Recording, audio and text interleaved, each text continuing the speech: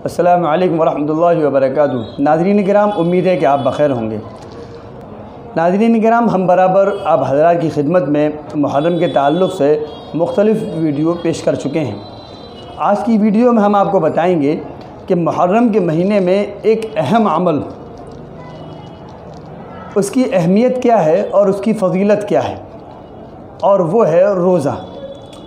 इस सिलसिले में हम आपको कई बातें रोज़े के ताल्लुक़ से आपको बताएंगे।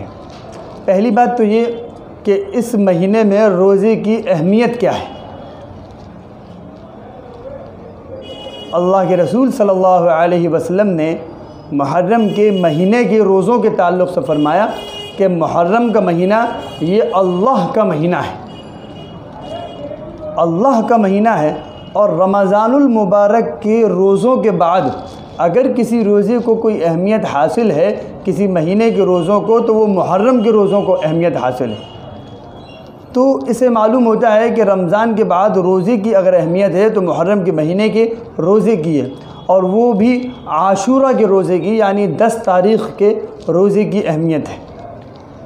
लेकिन हमने ये देखा कि अल्लाह के रसूल सल्लल्लाहु अलैहि वसल्लम अमली तौर पर रमज़ान के बाद अगर किसी महीने के रोज़े ज़्यादा रखा करते थे तो वो शाबान के महीने के रोज़े रखा करते थे।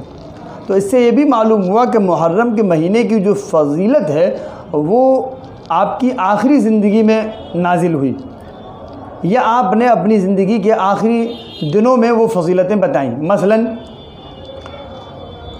एक हदीस से हम इसका अंदाज़ा कर सकते हैं। जैसे अल्लाह के रसूल सल्लल्लाहु अलैहि वसल्लम बराबर एक अरसे से मुहर्रम की 10 तारीख़ का रोज़ा रखते चले आ रहे थे, लेकिन आपको इत्तला मिली कि मदीने के यहूदी मूसा अलैहिस्सलाम को चूँकि फ़िरऔन के जुल्म से निजात मिली थी और आपने दरियाए नील अबूर किया था, पार कर लिया था, और फ़िरऔन उसमें गर्क हो गया था, और वो 10 मुहर्रम का दिन था, तो इसलिए यहूदी इस खुशी में रोज़ा रखा करते हैं। तो अल्लाह के रसूल सल्लल्लाहु अलैहि वसल्लम ने फरमाया हम इसके ज़्यादा हक़दार हैं। लेकिन चूँकि यहूदियों की मुशाबहत हो गई 10 तारीख़ का रोज़ा रखने में, तो आपने फरमाया अगर अगली साल में ज़िंदा रहा तो इसमें 9 तारीख़ को शामिल करूँगा।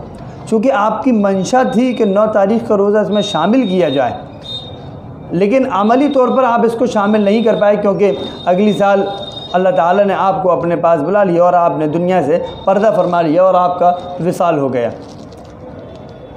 इसलिए अगली साल का रोज़ा आपकी मंशा के मुताबिक बराबर उम्मत रखती चली आ रही है।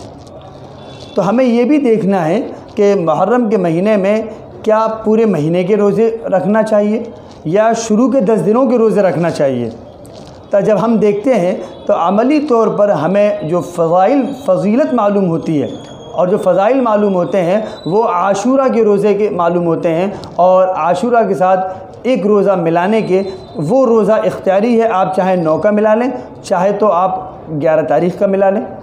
कोई आदमी अगर तीनों दिन के रख ले बहुत अच्छी बात है, तीनों दिन के रोज़े रख ले। कोई आदमी अगर 3 दिन के न रख पाए 2 दिन के रख ले, बहुत अच्छी बात है। लेकिन अगर किसी बिना पर कोई आदमी 9 का नहीं रख पाया, 10 का रख लिया और 11 का भी नहीं रख पाया किसी बिना पर, तो कोई हर्ज नहीं, इसकी भी गुंजाइश है कि वो अगर खाली 10 का रोज़ा रख लेता है। तो इसलिए मुहर्रम के रोज़े की बाकायदा फ़जीलत है, और इस रोज़े की फ़जीलत ये भी है कि जो शख्स इस रोज़े को रखेगा अल्लाह ताला उसके 1 साल के पिछले गुनाह सगीरा को माफ़ फरमा देंगे। याद रखिए, गुनाह कबीरा सिर्फ तौबा से माफ़ होते हैं, हमारे अमलों से, हमारे अच्छे कामों से, हमारे नेक अमलों से सिर्फ गुनाह सगीरा माफ़ होते हैं। तो एक बात तो ये कि मुहर्रम के रोज़े की अहमियत क्या है वो मैंने आप हज़रात के सामने पेश की। दूसरी ये कि मुहर्रम के महीने को जो गैर मुतबर्रक महीना कहा जाता है, तो आप सोचने की बात है कि जिस महीने को गैर मुतबर्रक महीना कहा जाता है उसमें रोज़े कैसे हो सकते हैं। ज़ाहिर है रोज़े जिस महीने में होंगे या रोज़ा जिस महीने में होगा वो तो मुतबर्रक महीना हुआ। तो जो लोग इस महीने को गैर मुतबर्रक महीना मानते हैं तो उनको भी होश के नाखून लेना चाहिए और अपनी अक़ल को थोड़ा सा खोलना चाहिए कि हम क्या कह रहे हैं और क्या सोच रहे हैं। जिस महीने में अल्लाह ताला ने रोज़ा रखा है वो बरकत वाला महीना, अल्लाह का महीना, मुहतरम महीना, वो कैसे गैर मुतबर्रक महीना हो सकता है। इस पर भी हमें तवज्जो देनी चाहिए। तीसरी बात ये कि मुहर्रम के रोज़े की नियत कैसे करें, तो इसके दो तरीक़े हैं। एक ये कि आपको इरादा कर लिया आपने, कल का मैं रोज़ा रखूँगा, और रात को सो गए और आपने सोते वक्त ये इरादा कर लिया कि मैं सुबह उठूँ, सहरी के वक्त उठूँ या ना उठूँ, बहरहाल मेरा रोज़ा रहेगा। तो आपकी नियत शुरू हुई, जैसे आप सुबह देर से भी उठे, यानी सहरी का वक्त निकल गया, फजर की नमाज़ के वक्त उठे, तो भी चूँकि आपने नियत रात ही को कर ली थी, लिहाजा आपका रोज़ा चलेगा। लेकिन आपने ये नियत की थी कि अगर मैं सुबह उठा, सहरी कर ली तो मैं रोज़ा रखूँगा, नहीं उठा तो नहीं रखूँगा।